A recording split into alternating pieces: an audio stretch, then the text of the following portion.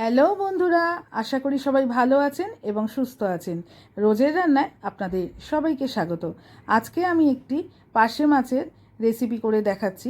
গরমের দিনে কিন্তু আমাদের এরকম হালকা পাতলা মাছের তরকারি খেতে সবাই পছন্দ করে। আর সব সময় এই পেঁয়াজ রসুনের তরকারি আমাদের কিন্তু গরমের সময় ভালো লাগে না। আর সর্ষে পোস্ত দিয়ে এই একঘেয়েমি তরকারি থেকে একবার এইভাবে আপনারা এই পার্শে মাছের রেসিপিটা বানিয়ে খেতে পারেন। এটি খেতেও কিন্তু খুব সুস্বাদু হয়, আর বাচ্চা থেকে বড় সবাই কিন্তু এটি খেতে পছন্দ করবেন। গরমের দিনে এইভাবে হালকা পাতলাভাবে মাছের তরকারি কিন্তু করে নিলে আমাদের সময়ও কম লাগে, আর এটা টেস্টটাও ভালো লাগে খেতে। সে মাছগুলো খুব ভালো করে পরিষ্কার করে ধুয়ে আমি থালায় রেখে দিয়েছি। এবার এই মাছগুলোর মধ্যে আমি পরিমাণ মতো লবণ আর হলুদ দিয়ে মাখিয়ে 10 মিনিট রেস্টে রেখে দেব। নিয়ে নিয়েছি একটি মিক্সিং জার, এতে আমি 3টি মাঝারি সাইজের টমেটো নিচ্ছি, 1.5 ইঞ্চি পরিমাণ আদা নিলাম, আর নিচ্ছি 4টি কাঁচা লঙ্কা। এই মশলার একটা মিহি পেস্ট তৈরি করে নিয়েছি। একটি আলু আমি লম্বা লম্বা ফালি করে পাতলা পাতলা করে কেটে রেখেছি। গ্যাস অন করে কড়াই বসিয়ে দিয়েছি। কড়াই গরম হতে আমি এতে পরিমাণ মতো সর্ষের তেল দিয়ে দিলাম। তেল খুব ভালোভাবে গরম হতে আমি এতে প্রথমে মাছগুলো ভালো করে ভেজে তুলে নেব। এবার এই মাছ ভাজার তেলেই কেটে রাখা আলুগুলো দিয়ে দিলাম। এবার এতে আমি পরিমাণ মতো হলুদ আর একটু লবণ দিয়ে এটা লাল লাল করে ভেজে তুলে রাখব।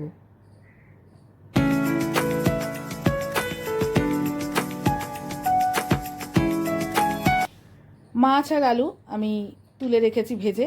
এবার এই মাছ আর আলু ভাজার তেলেই 1 চা চামচ কালো জিরে দিয়ে দিলাম। ফোড়নের একটু সুগন্ধ বেরোতেই আমি যে মশলার পেস্টটা তৈরি করে রেখেছিলাম সেটা দিয়ে দিলাম। এবার এতে আমি 1/2 চা চামচ হলুদের গুঁড়ো, 1 চা চামচ লঙ্কার গুঁড়ো আর 1/2 চা চামচ জিরের গুঁড়ো দিলাম। দিয়ে এটা একটু নাড়াচাড়া করে কষিয়ে নেব। কষিয়ে নিয়েছি। এবার এতে ভেজে রাখা আলুগুলো দিলাম। দিয়ে আলুগুলোর মধ্যে খুব ভালো করে এই মশলাগুলো মাখিয়ে নেব। আর মশলা থেকে তেল ছাড়লে আমি এতে একটু পরিমাণ মতো জল দিয়ে দিচ্ছি।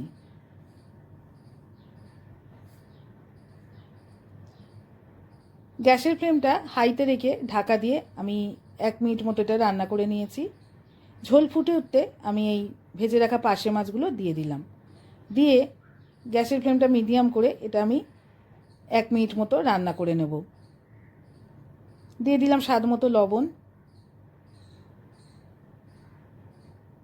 ঝোল ফুটে গেছে আর মাছের এই গ্রেভিটাও একটু ঘন হয়ে গেছে। এবার এতে ধনেপাতা কুচি ছড়িয়ে দিলাম। দিয়ে একটু নাড়াচাড়া করে মিশিয়ে দেখুন আপনাদের এটা আমি সার্ভ করে দেখাচ্ছি।